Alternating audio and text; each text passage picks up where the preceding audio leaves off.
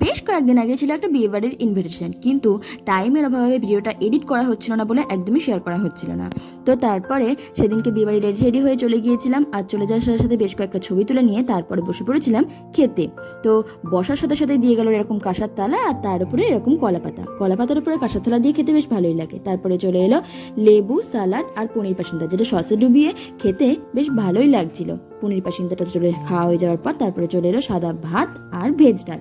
সাদা ভাতের সাথে ভেজ ডাল খেতে ভালোই লাগে, আর তার সাথে যদি থাকে এরকম সরু সরু করে একদম ঝুড়ি ঝুড়ি আলু ভাজা, তো বেশ ভালোই লাগছিল। তারপরে চলে এলো চিংড়ি মাছ। বাঙালি কাঠি করা কোথাও যায় না, তাই চিংড়ি মাছেও কাঠি করা বাদ যায়নি।